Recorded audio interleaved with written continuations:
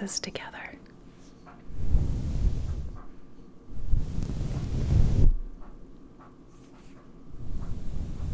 My fridge thinks it's a good idea too. She's talking over there. So, I'm just gonna read some passages from a classic, Shakespeare's Romeo and Juliet.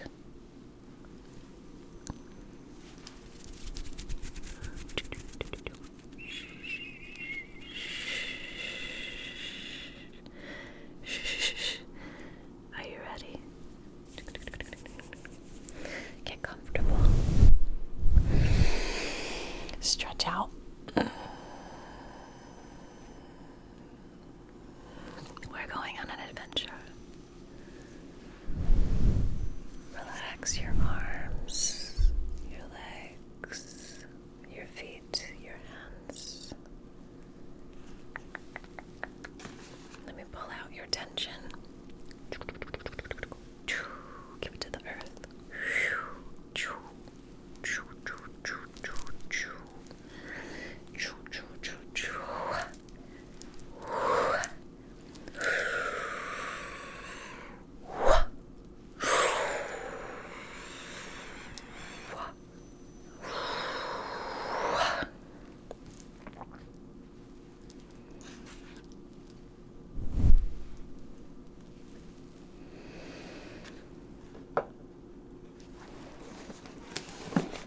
Romeo and Juliet by the amazing team known as Shakespeare.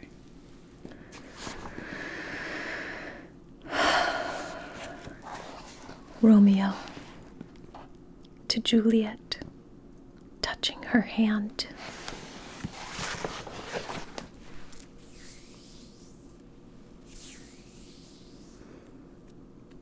If I profane with my unworthiest hand, maybe I should do a British accent.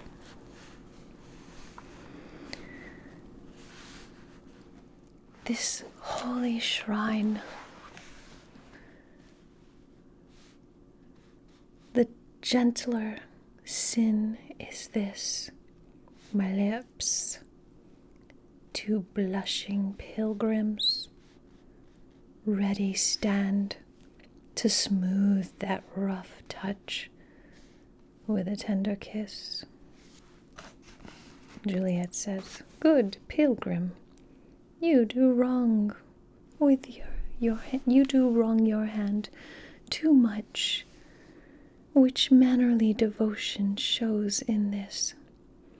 For saints have hands that pilgrims' hands do touch, and palm to palm is holy palmer's kiss."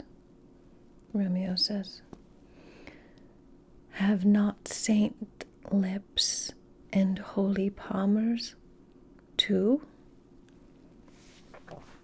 Juliet says, "Aye, pilgrim, lips that they must use in prayer." Romeo says, "Oh then, dear saint, let lips do what hands do. They pray, grant thou, lest faith turn to despair." Juliet says, "Saints do not move, though grant for prayer's sake." Romeo says, "Then move not while my prayer's effect I take." He kisses her. "Thus from my lips by thine my sin is purged." Juliet says, "Then have my lips the sin that they have took." Romeo says, "Sin from my lips? Oh, trespass sweetly urged. Give me my sin again." He kisses her. Juliet says, "You kiss by the book." Let's do another passage. I think you know which one this is going to be. "Ay me," says Juliet on her balcony, and Romeo says, she doesn't hear it. "Oh, speak again, bright angel, for thou art as glorious to this night, being over my head, as is a winged messenger of heaven unto the white upturned wandering eyes of mortals that fall back to gaze on him when he bestrides the lazy passing clouds and sails upon the bosom of the air."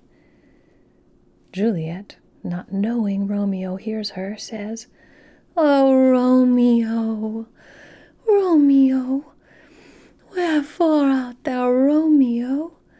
Deny thy father and refuse thy name, or if thou wilt not, be but sworn my love, and I'll no longer be a Capulet." Romeo says, "Shall I hear more, or shall I speak at this?" Juliet continues, "'Tis but thy name that is my enemy. Thou art thyself, though, not a Montague. What's Montague? It is nor hand, nor foot, nor arm, nor face, nor any other part belonging to a man. Oh, be some other name. What's in a name? That which we call a rose by any other word would smell as sweet. So Romeo would, were he not Romeo called, retain that dear perfection which he owes. Without that title, Romeo, doff thy name, and for thy name, which is no part of thee, take all myself." Romeo to Juliet says, "I take thee at thy word. Call me but love, and I'll be new baptized. Henceforth I never will be Romeo." Juliet says, "What man art thou that, thus bescreened in night, so stumblest on my counsel?" Romeo says, "By a name I know not how to tell thee who I am. My name, dear saint, is hateful to myself, because it is an enemy to thee. Had I it written, I would tear the word." Juliet says, "My ears have not yet drunk 100 words of thy tongue's uttering, yet I know the sound. Art thou not Romeo and a Montague?"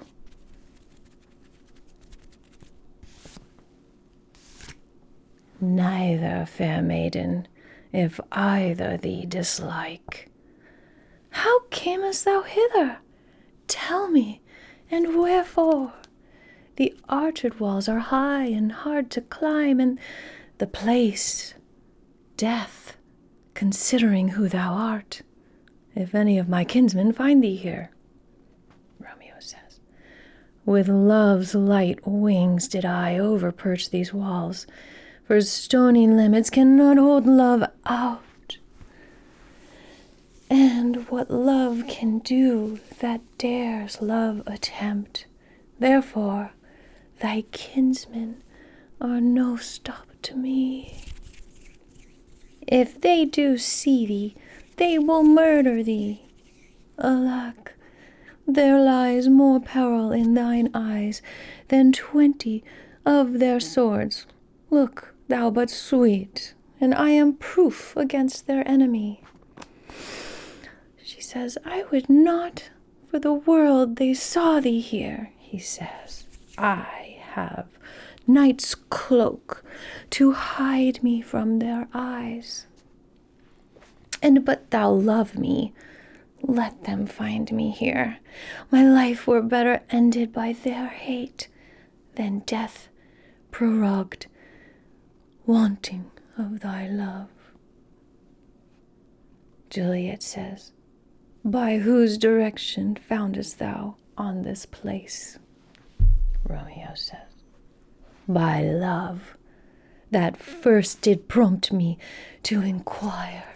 He lent me counsel, and I lent him eyes. I am no pilot, yet wert thou as far as that vast shore washed with the farthest sea.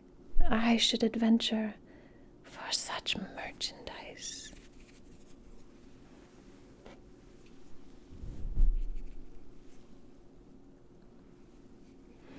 Juliet says, Thou knowest the mask of night is on my face, else would a maiden blush bepaint my cheek for that which thou hast heard me speak tonight.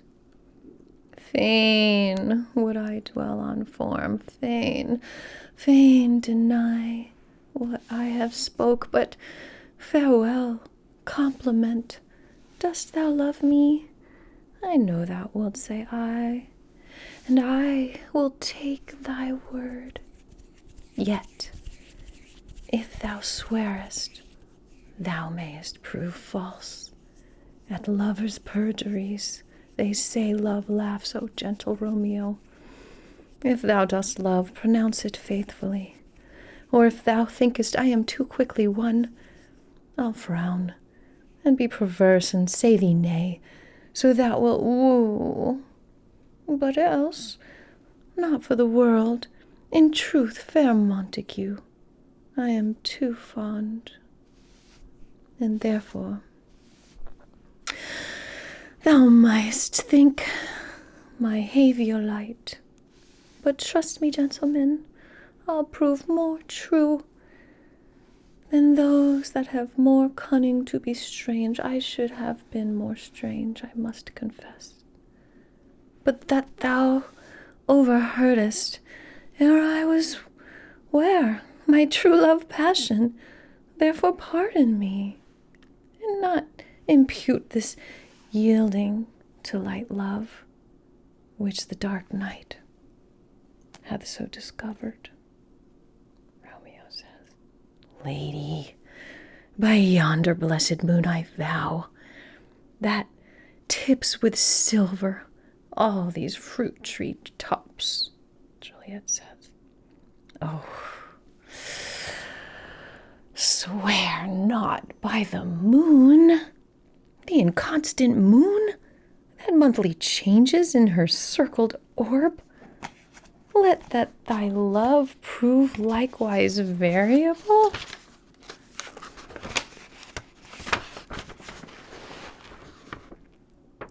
What shall I swear by? He says. She says, Do not swear at all. Or if thou wilt, swear by thy gracious self, which is the god of my idolatry, and I'll believe thee. Romeo says, If my heart's dear love, Juliet says, Well, do not swear.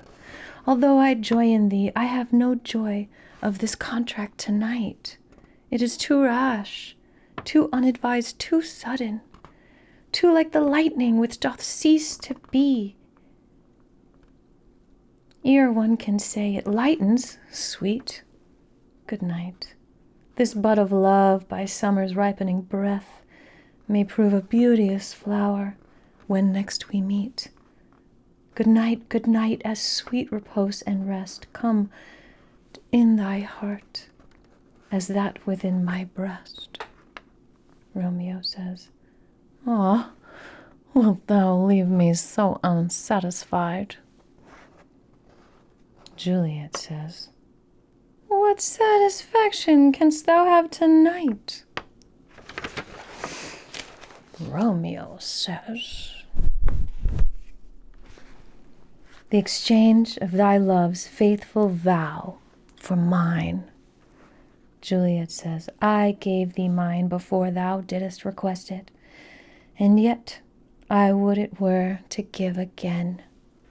Romeo says, Wouldst thou withdraw it For what purpose? Love? Juliet. But to be frank and give it to thee again, and yet I wish but for the thing I have. My bounty is as boundless as the sea, my love as deep. The more I give to thee, the more I have, for both are infinite.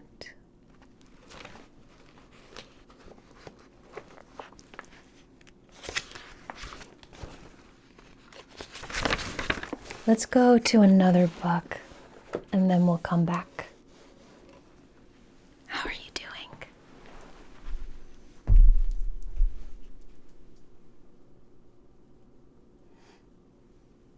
you enjoying this?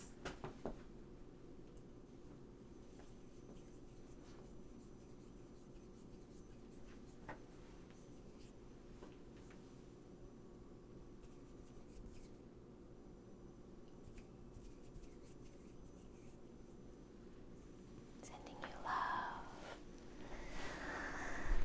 So this next passage is from the Nightingale.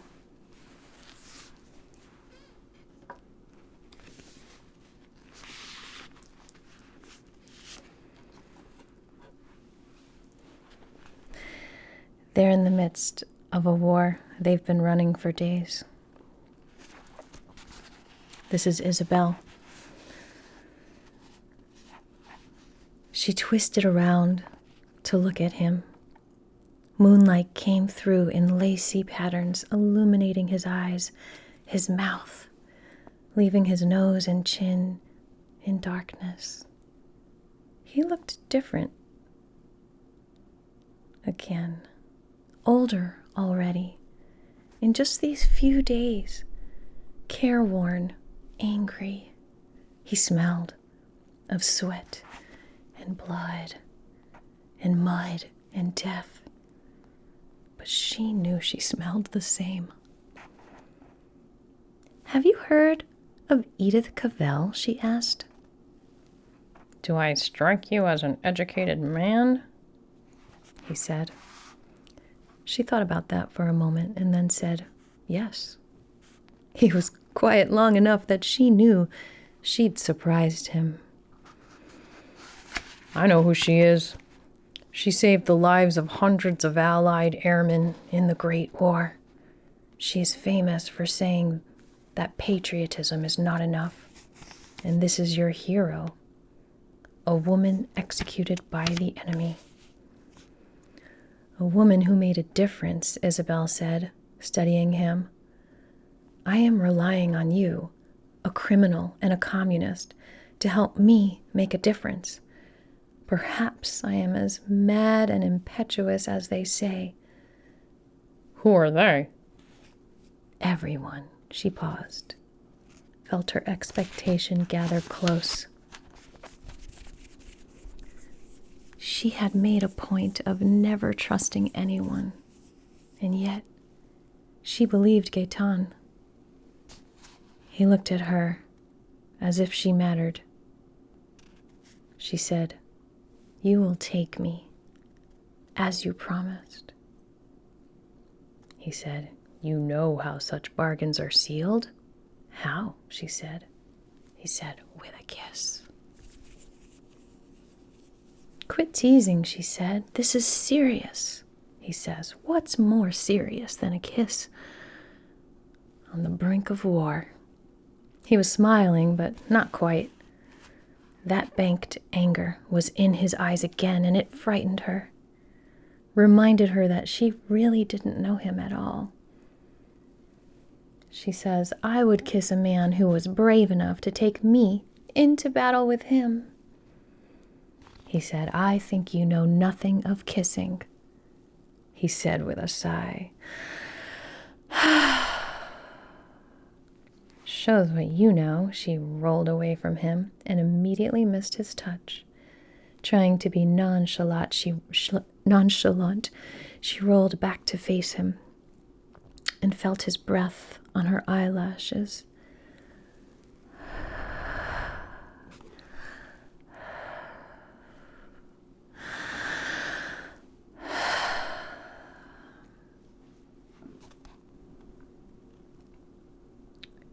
You may kiss me then, to seal our deal. He reached out slowly, put a hand around the back of her neck, and pulled her toward him. Are you sure? He asked, his lips almost touching hers. She didn't know if he was asking about going off to war or granting permission for a kiss. But right now, in this moment, it didn't matter. Isabel had traded kisses with boys as if they were pennies, to be left on park benches and lost in chair cushions, meaningless. Never before, not once, had she really yearned for a kiss. Oui, she whispered, leaning toward him. She speaks French. At his kiss, something opened up inside the scraped, empty interior of her heart unfurled. For the first time, her romantic novels made sense. She realized that the landscape of a woman's soul could change as quickly as a world at war. I love you, she whispered. She hadn't said these words since she was 4 years old. Then it had been to her mother. At her declaration, Gaetan's expression changed, hardened. The smile he gave her was so tight and false, she couldn't make sense of it. What? Did I do something wrong? No, of course not, he said. We are lucky to have found each other, she said. We are not lucky, Isabel. Trust me on this. As he said it, he drew her in for another kiss. She gave herself over to the sensations of the kiss, let it become the whole of her universe, and knew finally how it felt to be enough for someone.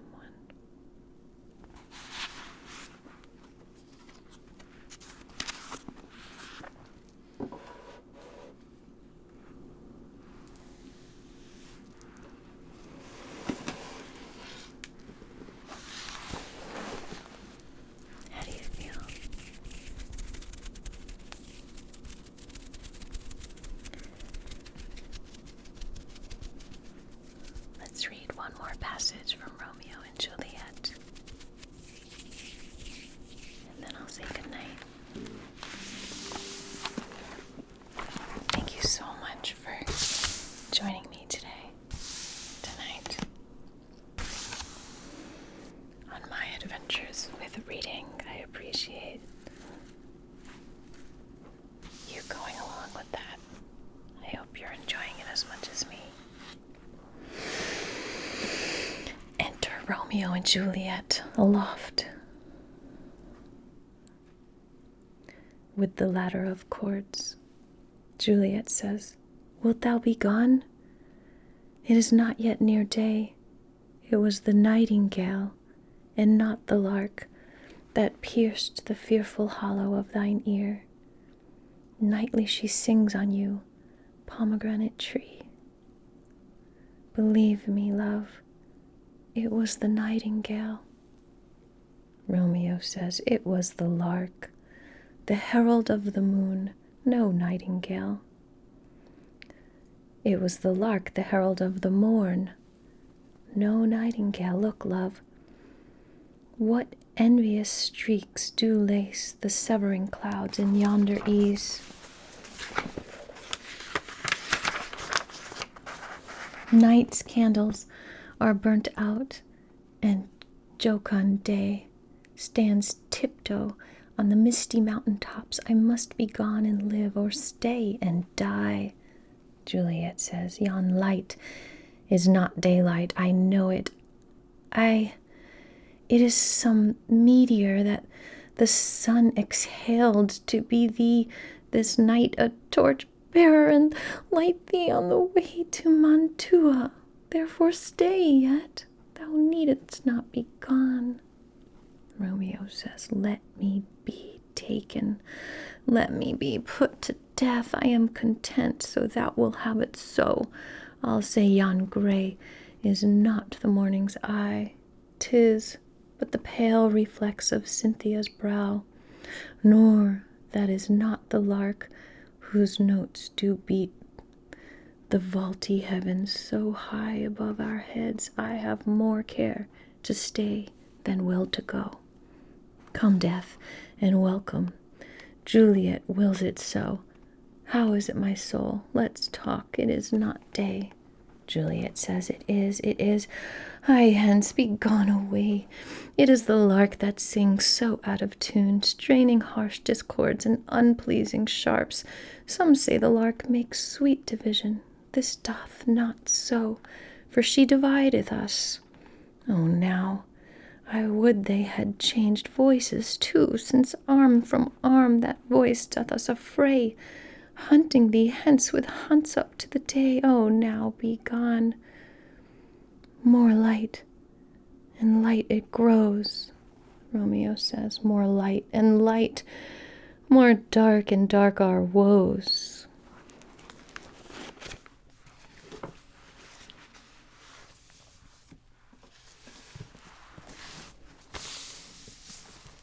Thank you, William Shakespeare.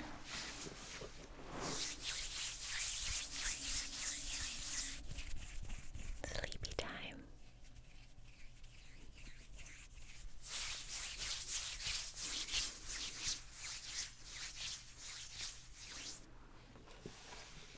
Till next time.